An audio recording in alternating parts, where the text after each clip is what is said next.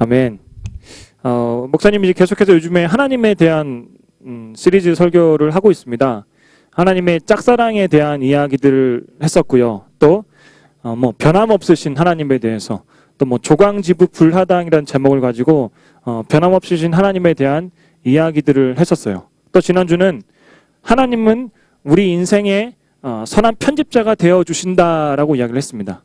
오늘은 우리를 설득하시는 하나님이라는 제목으로 하나님 말씀 증거하도록 하겠습니다. 오늘 본문 말씀을 보면 하나님께서 모세를 부르세요. 모세를 부르셔서 내가 너를 이스라엘 백성들의 리더로 세워가지고 저기 애굽 땅에 가서 거기서 종살이하고 있는 많은 그 백성들을 데리고 나올 수 있도록 하겠다. 그러한 어떤 리더로 세우겠다라고 하나님께서 말씀하십니다. 하나님을 대신해서 바로 모세가 그 애굽 땅으로 들어가도록 하는 그러한 어떤 상황입니다. 자, 그런데 우리 같으면 어떠하겠습니까? 하나님께서 우리를 직접적으로 부르셨어. 하나님께서 직접 정말 유현이에게 또 누구에게 불러서 내가 너를 사용하고 내가 너와 함께 있어서 너를 저기 있는 이스라엘 땅에 가서 그 유대인들을 구원하도록 너에게 그러한 힘과 능력들을 주겠다라고 직접 나타나서 말씀하시면 우리가 어떤 마음이 있을까? 감사하죠. 그리고 아마 직접 내 눈에 보여서 말씀하시면 하나님께 나와 함께 하시는구나. 나에게 놀라운 힘과 능력들을 주겠구나. 그런 감사한 마음으로 갈 수 있어요. 여러분, 대통령 특사 아시죠? 대통령 특사. 자, 대통령 특사가 어떤 역할을 합니까? 대통령을 대신해서 다른 나라에 가서 여러 가지 협의할 부분들을 협의하고 여러 가지 많은 이야기를 나눠요. 근데 대통령 특사는 누구를 대신해서 가는 거죠? 대통령을 대신해서 가기 때문에 그러한 대통령의 지위와 어떤 그런 권위를 가지고 갈 수 있는 거예요. 마찬가지로 하나님께서 모세를 부르셔서 그 애굽 땅으로 보낸다라는 것은 모세에게 동일한 하나님과 같은 그런 권위와 그런 능력들을 주고 보내신다라는 거예요. 그만큼 대단하고 놀라운 일이라는 거예요. 자, 그런데 오늘 말씀 보면 모세의 반응이 어떠냐면은, 자, 말씀 좀 보여주세요. PPT.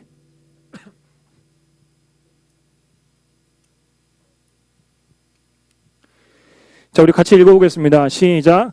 주여, 나는 본래 말을 잘하지 못하는 자니이다. 나는 입이 뻣뻣하고 혀가 둔한 자니이다. 주여, 보낼 만한 자를 보내소서. 무슨 말이겠습니까? 나는 하나님께 못하겠다라는 거예요. 하나님께서 내가 너에게 나의 힘과 나의 능력들을 주고 너를 애굽 땅에 보내겠다라고 하는데 나는 못하겠다라는 거예요. 여기뿐만 아니라 출애굽기 3장 말씀에도 보면은 내가 누구에게 바로에게 갑니까? 어떻게 내가 이스라엘 자손을 애굽에서 인도하여 냅니까? 그런 믿음 없는 이야기를 하고 있는 그 모세의 모습을 우리는 볼 수가 있어요. 하나님께서 분명 내가 너와 함께 하겠다라고 말씀하셨음에도 불구하고 여전히 두려워하고 힘들어하는 모세의 모습을 우리는 볼 수 있습니다. 분명히 우리 같으면 순종할 텐데 순종하지 못하는 그러한 상황들을 보게 돼요. 자, 그러면 여러분들이 만약 하나님이라면 순종하지 못하고 나는 자꾸 못하겠어요 라고 말만 하는 그 모세를 어떻게 하겠습니까? 어떻게 하겠다고? 자, 첫 번째, 모세를 불렀는데 모세가 반응하지 않자 다른 사람한테 간다. 첫 번째. 두 번째, 모세를 끝까지 어떻게 한번 해본다. 자, 어떻게 하겠어요? 두 번째, 너는 다 착하구나. 세 번째는 때린다. 때려서라도 어떻게 난다는 건데, 자, 첫 번째도 있고 두 번째도 있을 텐데 목사님 같으면 첫 번째야. 아니 이거 싫다고 하는데 이 땅에 세고 생긴 사람들인데 너밖에 없냐? 다른 사람한테 가서 내가 똑같은 권위와 힘을 주고 다른 사람을 사용하겠다. 싫으면 때려라. 평양감사도 하기 싫으면 그만이지. 나는 그렇게 할 것 같아. 왜냐면 사실 목사님의 평소 기질도 좀 그래요. 우리 중등부에서도 여러 가지 이렇게 제자 훈련도 하고 여러 가지 많은 일들을 하고 또 지원자들을 받아서 하는 것들이 있는데, 사실 목사님은 특히나 교회 일들을 할 때 막 억지로 막 이렇게 시켜서 별로 이렇게 그러고 싶지는 않아요. 왜냐하면 그 모든 게 목사님 마음의 양심에 선을 넘고, 나는 한 번도 나를 위하여, 나 자신을 위하여 그런 것들을 해본 적이 없어. 제자훈련 하자, 목사님을 위해서 제자훈련 하는 게 아니에요. 다들 여러분들을 위해서 뭐 제자훈련도 하고, 또 여러분들을 위해서 뭐 1박 2일 어제 제자훈련 엔트 갔다 왔는데 좀 얼굴이 많이 탔죠? 안 보여요? 예, 잘 보라는데. 하여튼 어제 또 오션월드 가서 애들하고 이제 놀면서 얼굴이 좀 많이 탔는데, 하여튼 그러한 그 모든 것들 하나가 나를 위해서 하는 게 아니라 그 학생들을 위해서 뭐든 한다라고 나는 생각하기 때문에, 뭐 굳이 본인이 싫다고 하는데 그걸 뭐 어떻게 억지로 이렇게 시킬 수 있겠습니까? 그래서 여러 가지 그 많은 것들을 할 때 나는 좀 자발적으로 뭔가 하려고 하는 사람들을 같이 하고 싶은 마음들이 있는데, 그런데 여러분들이 아까 두 번째라고 이야기했는데, 하나님께서도 바로 두 번째의 마음을 가지고 있음을 오늘 말씀을 통해서 볼 수 있어요. 자, 우리 PPT 좀 보여주세요. 하나님은 끝까지 모세를 부르고 있는 모습들을 우리가 볼 수 있습니다. 우리 같이 한번 읽어봅시다. 시작. 누가 사람의 입을 지었느냐? 누가 말 못하는 자나 못 듣는 자나 눈 밝은 자나 맹인이 되게 하였느냐? 나 여호와가 아니냐? 이제 가라. 내가 내 입과 함께 있어서 할 말을 가르치리라. 그리고 14절. 레위 사람 내 형 아론이 있지 아니하냐? 그가 말 잘하는 것을 내가 아노라. 그가 너를 만나러 나오나니 그가 너를 볼 때에 그의 마음에 기쁨이 있을 것이라. 너는 그에게 말하고 그의 입에 할 말을 주라. 내가 내 입과 그의 입에 함께 있어서 너희들이 행할 일을 가르치리라. 그리고 하나 더 있죠. 16절. 예. 그가 너를 대신하여 백성에게 말할 것이니 그는 내 입을 대신할 것이요 너는 그에게 하나님같이 되리라. 너는 이 지팡이를 손에 잡고 이것으로 이적을 행할지니라. 자, 무슨 말입니까? 하나님께서 말 못한다라고 그 말하고 있는 모세에게 말 잘하는 너 형 아론을 붙여주겠다라고 이야기하고요. 또 두렵고 힘들어하는 그 모세에게 지팡이를 주면서 이 지팡이로 이적을 행할지니라고 이야기해요. 그러니까 모세가 자꾸만 못한다라고 하는 이야기들을 하나님께서 들으시고 그것을 보완할 수 있는 방법들을 계속해서 주면서 자꾸만 해보라 이렇게 설득하고 계시는 그 하나님의 모습들을 우리는 볼 수 있습니다. 한번 하나님의 입장에서 한번 여러분 생각해 보세요. 하나님께서 세상에 많은 사람들 중에서 말도 못한다라고 그러고 자꾸만 자꾸만 빼고 있는 그러한 모세를 가지고 일하시는 게 편할까요? 아니면 말 잘하는 형 아론을 가지고 일하는 게 편할까요? 네, 말 잘하는 아론을 가지고 일하는 게 훨씬 더 편해. 왜 굳이 못하겠다라고 하는 사람을 억지로 설득해가면서 말하면서 할 이유가 없는 거예요. 그런데 왜 하나님은 이렇게 비효율적인데 굳이 모세를 사용하시기 위해서 계속 모세를 설득하고 있을까요? 내가 너에게 이렇게 해줄 테니까 제발 좀 나를 믿고 좀 따라와봐. 왜 그렇게 이야기들을 계속해서 하고 있을까? 목사님은 이제 말씀을 보면서 두 가지를 생각했는데요. 첫 번째는 모세를 향한 하나님의 끈질긴 사랑이라는 거예요. 모세를 향한 하나님의 끈질긴 사랑. 목사님 첫째 아들 그 다윗이 4살짜리 아들 다윗이 뭐 여느 아이들과 그렇겠지만 밥을 잘 안 먹어요. 밥을 잘 안 먹고 뭐 이렇게 과자 같은 거 먹는 거 좋아하고 뭐 이렇게 자꾸만 이렇게 이상한 거 먹으려고 그러고 그러는 밥을 잘 안 먹어. 그래서 밥을 먹을 때가 됐는데 밥을 자꾸 안 먹으려고 하니까 저는 사실 그러면 내가 이제 배고플 때까지 아무것도 주지 말고 가만히 내버려 두라. 그러면 배가 고프면 자기 알아서 찾아 먹을 거다라는 좀 주의인데 그 아들을 더 사랑하는 제 아내는 그 아이와 협상을 합니다. 다윗아, 너 밥 먹으면 엄마가 사탕 줄게.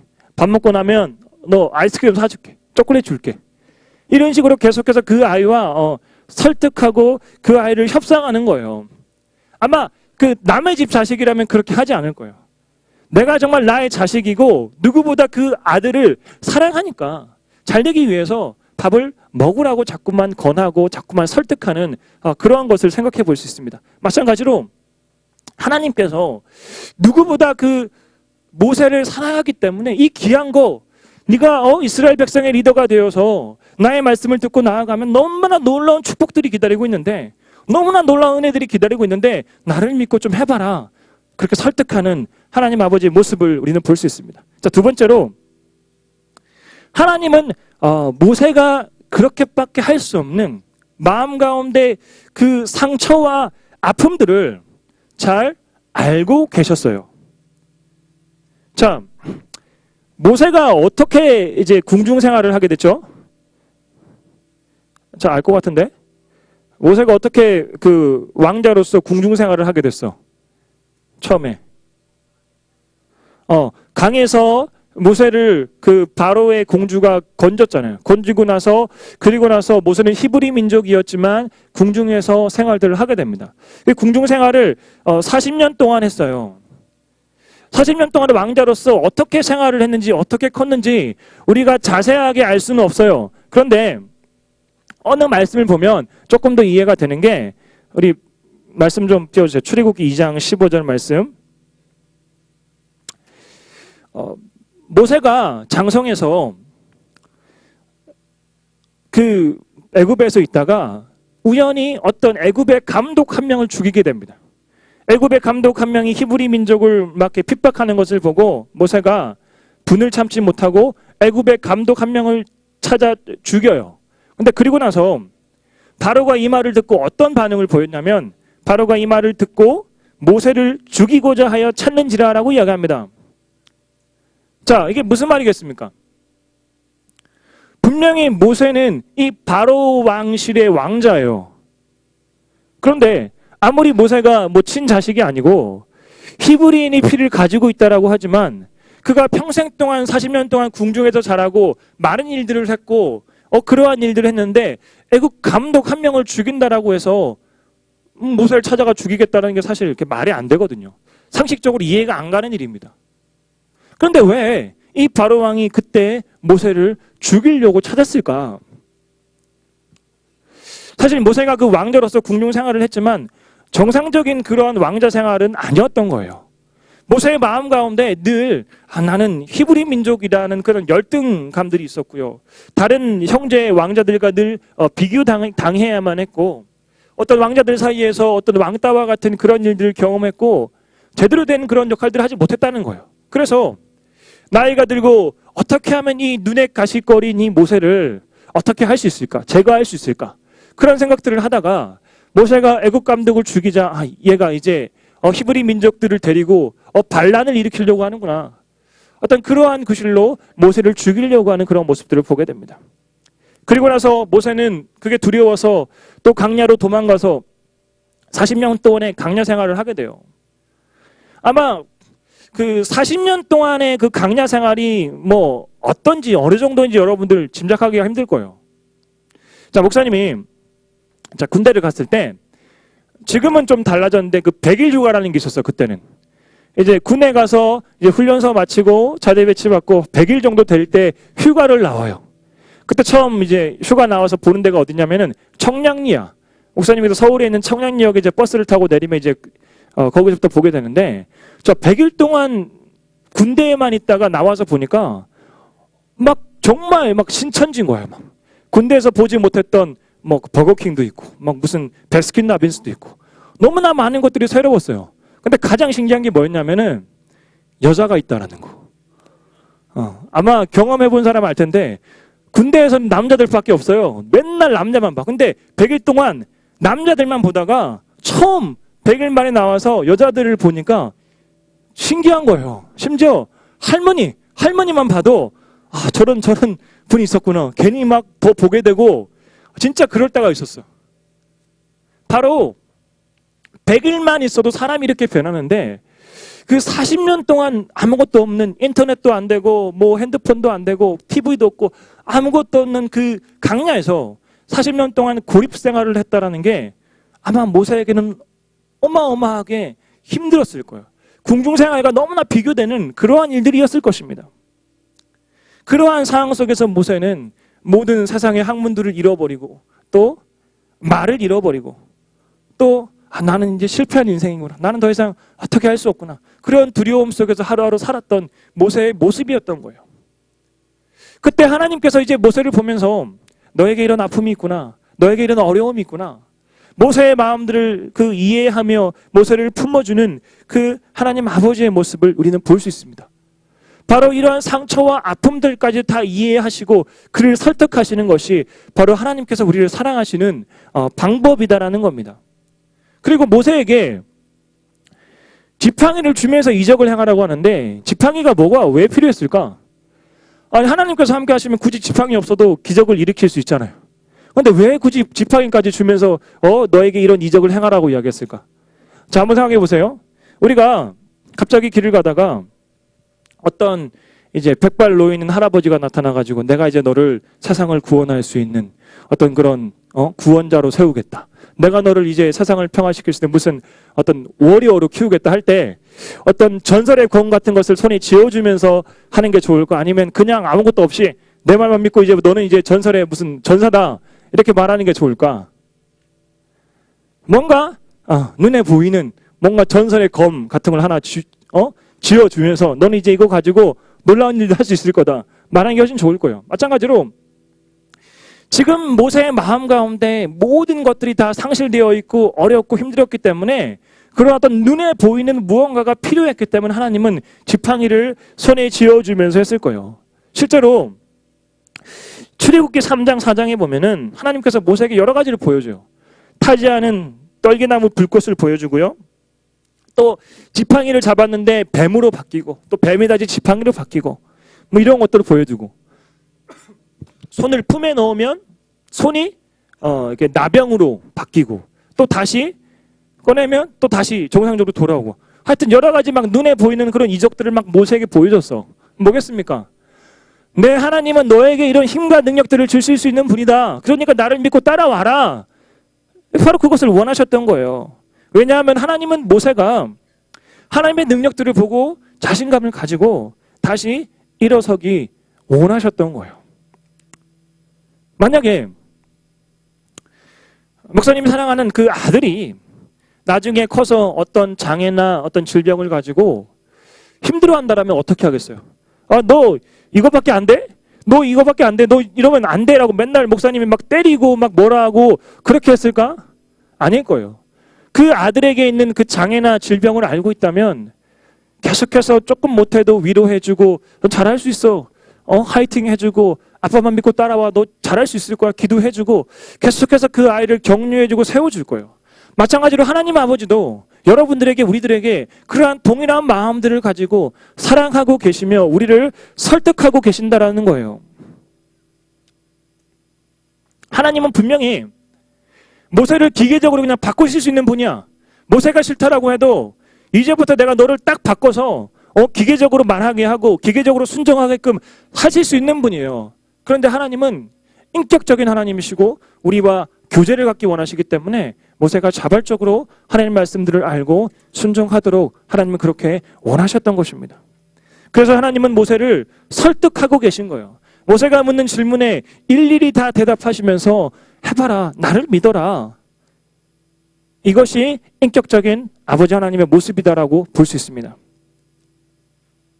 그렇다면 하나님께서 지금 우리들의 삶 속에서 우리들을 매일매일 설득하고 계신다는 것을 여러분들은 혹시 알고 계십니까?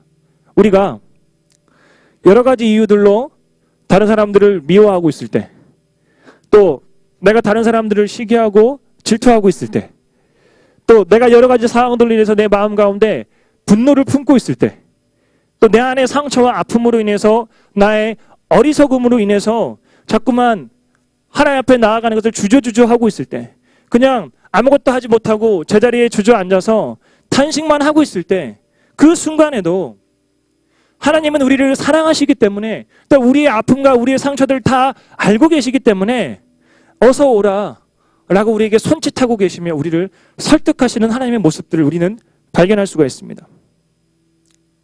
또 우리들에게 주신 그 하나님의 그 비전들이 있는데 아직 발견하지 못하고 때로는 그 비전이 있는데 내가 주저주저하고 있는, 내가 이렇게도 못하고 저렇게도 못하는 그런 상황과 순간들도 있을 거예요. 근데 그때도 하나님은 내가 자꾸만 못한다고 뒤로 도망가려고 할 때 또 우리를 붙잡아 주시고 우리를 설득해 주시는 그 하나님을 우리는 만날 수가 있습니다. 내가 세상적인 기준으로 나아가야 할지, 내가 성경적인 기준으로 나아가야 할지, 내가 범죄해야 할지, 어떻게 해야 할지 막 그 가운데서 중간에서 갈등하고 있을 때 하나님은 자꾸만 모세에게 그러하였던 것처럼 우리들에게 설득하고 계시고 우리를 붙잡아 주신다라는 거예요.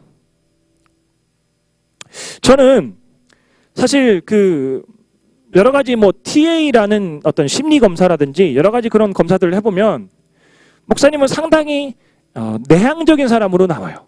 내향적인 사람으로 나오는데, 자, 다들 놀라는데, 네. 제 본래 기질은 상당히 내향적인 사람이에요. 자, 자꾸 그만해. 뭘 하고 자.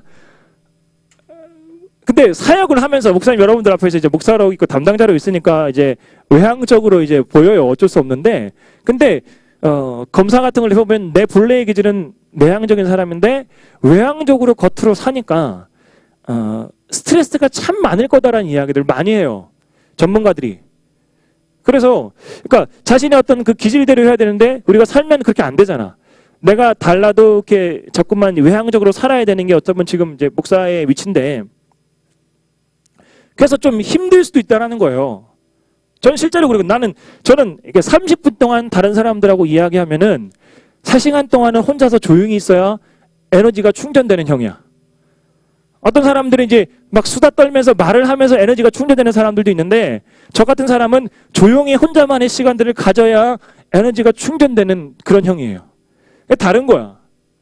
그래서 여러 가지 좀 이렇게 내향적인 편이다 보니까 불필요한 그 오해를 많이 받을 수도 있고 어떤 그러할 때도 있어요. 그리고 목사님이 어떤 필요한 부분들, 또 목사님이 어려운 부분들, 그런 것들도 잘 이렇게 표현해야 되는데 잘 표현하지 못할 때도 있어요.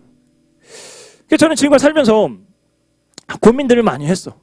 하나님, 저 이런 사람이 그렇게 하는데 저 이게 사역자로 살아간다는 게, 목회자로 살아간다는 게 참 힘듭니다. 어떻게 해야 됩니까? 때로는 그러한 상황 속에서 내가 딴 걸 찾아봐야 되는 그러한 어떤 고민들을 한 적도 있어요. 하지만 그때마다 하나님께서 나를 붙드시고 설득하시는 그 하나님의 모습들을 볼 수가 있었습니다. 너에게 이런 부족한 부분들이 있고 너에게 이런 약한 부분들이 있을지라도 내가 모세를 세우고 모세를 붙들어 주셨던 것처럼 너를 붙들어주고 너와 함께 하겠다라고 하나님은 말씀하고 계시는 것들을 보게 돼요. 오늘 말씀 속에서도 분명히 모든 자신감들을 상실하고 아무것도 못한다라고 했던 모세였지만 결국 하나님께 쓰임 받았나요? 쓰임 받지 못했나요? 자, 대답이 자신이 없는데. 자, 모세가 하나님께 쓰임 받았어? 쓰임 못 받았어? 쓰임 받았죠.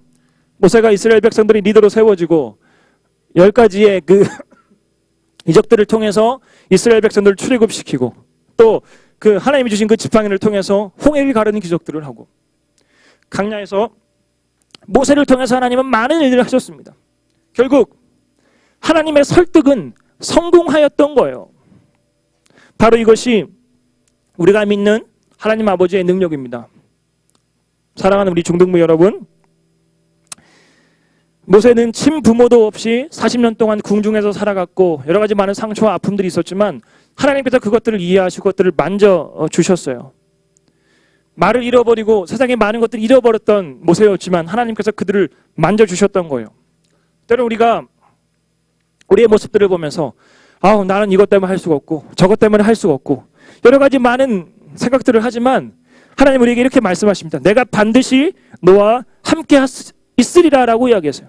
계속해서 하나님은 모세를 설득하시고 하셨던 것처럼 우리의 삶 가운데 우리를 설득하시고 우리를 붙들어주시는 하나님의 모습들을 보게 됩니다. 때로는 처음부터 하나님께서 우리에게 많은 것들을 보여주시지 않으세요. 때로는 작은 그 퍼즐 조각처럼 지난주에도 말씀드렸던 것처럼 처음에는 모르지만 시간이 지났을 때 계속해서 우리가 하나님께 순종하며 하나님 따라가다 보면 우리가 많은 것들을 보게 돼요. 마찬가지로 여러분들도 하루하루 살아갈 때마다 우리를 설득하시는 그 하나님 아버지의 음성을 들을 수 있는 여러분들이 되었으면 좋겠습니다. 그리고 설득하시는 그 하나님 아버지의 말씀 가운데 순종할 때 여러분들을 통하여 우리 중등부 가운데